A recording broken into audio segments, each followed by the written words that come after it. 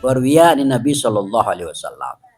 Dan diriwayatkan dari Nabi sallallahu alaihi wasallam, inna rajula, bahwasanya sesungguhnya seorang suami, ar-rajula itu maksudnya suami ya, la yujami'u ahlahu, yang telah melakukan hubungan suami istri, ahlahu kepada istrinya, ai zaujatahu yaitu kepada istrinya, payuk tabu maka dicatat, ditulis, dinilai oleh Allah tentunya, lahu bagi si suami tadi yang melakukan hubungan suami istri tadi itu dengan istrinya, dia ditulis, dicatat, dinilai bijima'ihi, sebab melakukan hubungan suami istri itu dicatat, dinilai oleh Allah, ajru waladin zakarin qatala fi sabilillah, pahala seorang anak, ajru waladin, pahala seorang anak laki-laki, qatala fi sabilillah, yang berperang di jalan Allah Subhanahu wa taala. Jadi sebab dia melakukan hubungan suami istri, maka dia itu, sang suami itu diberikan ganjaran sama seperti seorang anak-anaknya yang berperang di jalan Allah, sama tuh pahalanya. Begitu. Ai qatalal kuffara, yaitu memerangi orang-orang kafir. Perang di jalan Allah maksudnya apa? Qatalal kuffar. Perang di jalan Allah itu maksudnya adalah memerangi, berperang kepada orang-orang kafir yang memerangi Islam. Tujuannya apa tuh dia berperang? Li'a'la'iddinillahi, untuk menegakkan agama Allah. Dia berperang betul melawan orang-orang kafir. Lalu bagaimana? Faqutila, dan dia terbunuh. Maka dia termasuk syahid. Syahid apa? Syahid dunia. Begitu ya. Dan pasti masuk ke surganya Allah Subhanahu wa taala, dijamin. Seorang suami yang melakukan hubungan suami istri ya, dengan istrinya, itu diberikan pahala itu. Pahala seorang anak yang mati syahid. Ya.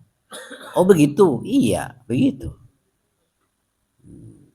Maksudnya bagaimana dalam hal ini? Dalam konteks hadis ini bagaimana? Begini. Wa innama, dan bahwasanya. Qala, berkata Nabi SAW, zalika, dengan peristiwa itu. Zalika, dengan yang demikian itu. Dengan yang orang melakukan suami yang melakukan hubungan suami istri diberi pahala jihad, seorang anak laki-laki yang berperang di jalan Allah. Emang begitu bagaimana tuh? Maksudnya begini, li'annahu, bahwasanya, karena bahwasanya, lawulidalahu, andai kata nih, wulida diberikan seorang anak, lahu bagi sang suami tadi, mislah hazal waladi, sama seperti anak tersebut yang tadi mati di dalam perang, yang tadi meninggal ketika saat perang, mati syahid, lakana lahu, pastinya, faktanya, buktinya, lahu kepada suami itu, ajru tasabbubi fihi, mendapatkan pahala karena sebab kejadian tersebut, sebab terbunuhnya anak tersebut di dalam perang fisabilillah. Jadi bukan diberikan pekerjaan, bukan diberikan pahala pekerjaan perang, bukan, tetapi diberikan pahala sebab dia melahirkan anak, lalu anak itu mati dalam perang sabilillah, anak itu mendapat pahala syahid. Nah, bapaknya yang melahirkan, ibunya, bapaknya yang melahirkan anak itu juga mendapat pahala syahid. Kenapa? Karena dia telah melahirkan seorang anak yang mati dalam medan perang pertempuran syahid. Jadi kan sebab anak itu ada. Anak itu sebab adanya dari mana? Anak yang mati perang tadi adanya dari mana sebabnya? Dari hubungan suami istri. Nah, sebab hubungan suami istri, bapak dan ibunya, lahirlah anak itu. Kemudian anak itu mati. Mati di mana? Di medan perang. Perang Islam, perang syahid. Nah, kan anak itu mendapatkan pahala syahid. Bukan saja anak itu yang mendapatkan pahala syahid, bukan.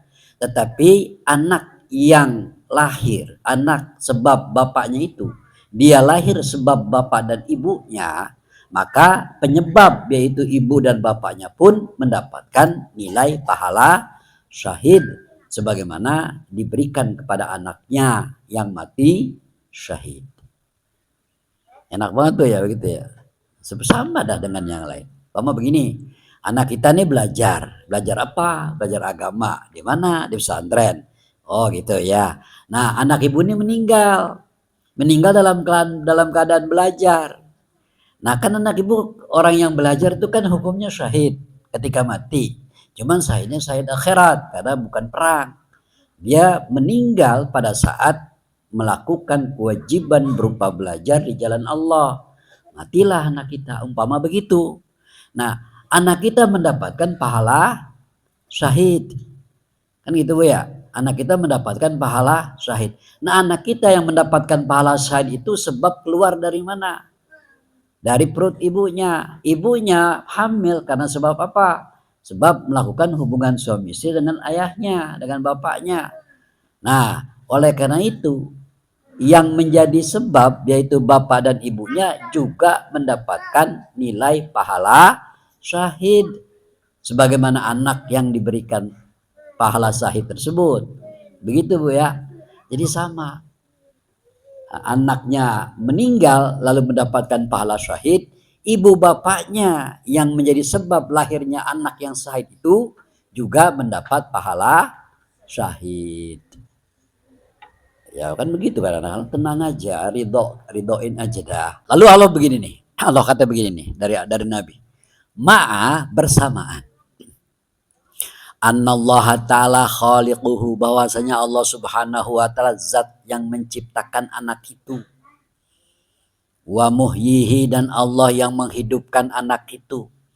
Wa muqawwihi, dan Allah memberikan kekuatan kepada anaknya alal jihad, untuk berjihad. Siapa yang memberikan kekuatan? Allah. Siapa yang menghidupkan? Allah. Siapa mematikan? Allah. Siapa yang memberikan dia kemampuan untuk berjihad? Allah subhanahu wa ta'ala. Walazi, dan sesuatu yang ilahi kepada dirinya, kepada orang tuanya tadi, kepada bapaknya tadi itu minat tasabbubi faqat, hanya sebagai sebab saja. Sebab apa? Fi'luhu, telah melakukan hubungan suami istri. Sebab Allah sebab Allah menciptakan anak itu, sebab Allah memberikan kekuatan kehidupan, dan sebab Allah menakdirkan dia bisa berperang di jihad, dikarenakan ada suatu sebab, yaitu telah melakukan hubungan suami istri bapaknya, maka lahirlah anak itu yang mati dalam keadaan jihad, syahid gitu ya. Jadi bapaknya itu mendapatkan nilai pahala sabab saja. Artinya hampir sama gitu kan. Yang penting dapat pahala nilai syahid. Sama seperti anaknya yang mati syahid. Begitu ya. Nah, kemudian wahwa, yang dimaksud dengan pekerjaan ini, melakukan hubungan suami istri ini, wahwa alwiqa'u, terjadi hubungan suami istri. Alwiqa itu artinya saling menimpa, maksudnya adalah terjadi hubungan suami istri. Wazalika, nah terjadi saling hubungan suami istri adalah indal imna, ya, ketika terjadi pembuahan. Indal imna, ketika terjadi pembuahan, artinya memasukkan sperma. Kemana? Firrahimi, ke dalam rahim seorang ibu, seorang istri. Allah tidak melupakan, hai anak, kamu lahir dari orang tua itu dan kamu mati syahid. Maka sebab orang tua itulah kamu hadir di dunia dan kamu mati syahid. Maka nilai pahala syahid tetap kuberikan kepada kedua orang tuamu yang menyebabkan kamu mati dalam keadaan syahid. Jadi sama-sama mendapatkan pahala syahid. Anaknya mendapat pahala syahid, bapak dan ibunya pun begitu. Bukan hanya di dalam perang saja, tetapi di dalam hal-hal yang lain. Seperti ibu mendidik, menyerahkan putra-putri ibu ke sekolah, itu syahid bu. Syahid. Pahalanya ada. Buat kita, buat ibu, bapak ada juga. Walaupun dia tidak mati. Dia berjuang di pesantren, dia melakukan pikirannya, tenaganya semuanya dicurahkan untuk belajar di pesantren, sedih, ditinggal dan sebagainya. Itu semua nilainya pahala, dan kita sebagai orang tua tetap dapat pahala-pahala itu asalkan kita ridho. Kalau kita nggak ridho, ya udah gugur semuanya, nggak ada apa-apanya. Nah, maksudnya gimana? Ya anak kita ngapa-ngapa gurunya kita salahin. Anak kita nggak betah kadang-kadang pondoknya kita salahin. Pelajarannya kita jelek-jelekin. Gurunya kita omong-omongin. Itu gugur semua, nggak ada nilai pahala. Lalu bagaimana apa yang terjadi? Keberkahan ilmu tidak ada. Lalu terjadilah pemindahan anak umpamanya. Kita pindahin anak kita kemana nih? Ke pesantren lain. Di pesantren lain kita ketemu guru di situ.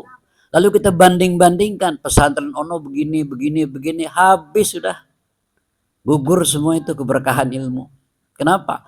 Karena membandingkan antara pondok ini dengan pondok itu dengan keburukan dan kejelekan. Nggak boleh. Itu adalah larangan. Ridho aja, rela aja, ikhlas aja udah. Apapun yang terjadi. Kalaupun anak kita umpamanya salah dipukul silahkan. Gitu. Kalau anak kita tuh benar diangkat ya silahkan. Kalau anak kita umpamanya salah diusir ya silahkan, begitu. Jangan nyalahin pondok ke gurunya. Kalau kita nyalahin mereka sedang terikat dan sedang ada perjanjian belajar mengajar, lalu kita ada di dalamnya mencampuri urusan itu, maka buyarlah keberkahan ilmu. Itu bu ya, nih anak-anaknya mondok nih, terutama nih hati-hati ya. Jangan sampai kita kayak orang-orang sekarang tuh. Gurunya dimarah, dilaporin, ya pantau, jangan ya, jangan, kita nggak boleh bikin nggak adab itu. Sebab gurunya itu sejahat-jahat, boleh katakan begitu, istilah yang tanda kutip ya, sejahat-jahat gurunya dia adalah orang tua dalam ilmu. Kecuali memang kalau guru itu sudah melanggar aturan, artinya sudah melanggar aturan agama. Seperti apa? Seperti melakukan sebuah kemaksiatan, itu perlu dilurusi, perlu diberantas begitu. Tapi kalau guru itu dalam rangka mendidik lalu ada sedikit kekerasan, itu tidak, emang begitu. Tapi kalau ya guru-gurunya itu semacam pelecehan seksual, kekerasan yang melebihi standar ya manusia, nah itu nggak boleh, tetap kita harus protes. Tetapi kalau ditampar doang, ditabok doang, disuruh push up doang, lalu disuruh keliling lapangan, itu biasa. Disetrap di depan kelas itu kan. Itu biasa, jangan kita marahin. Kenapa? Karena nanti pahala syahid yang terdapat pada anak kita dalam belajar itu gugur terhadap kita orang tuanya. Keberkahan ilmu juga gugur karena kita ikut campur di sana. Gitu. Yang pasti adalah gimana? Ya ridhoin aja, relain aja udah gitu.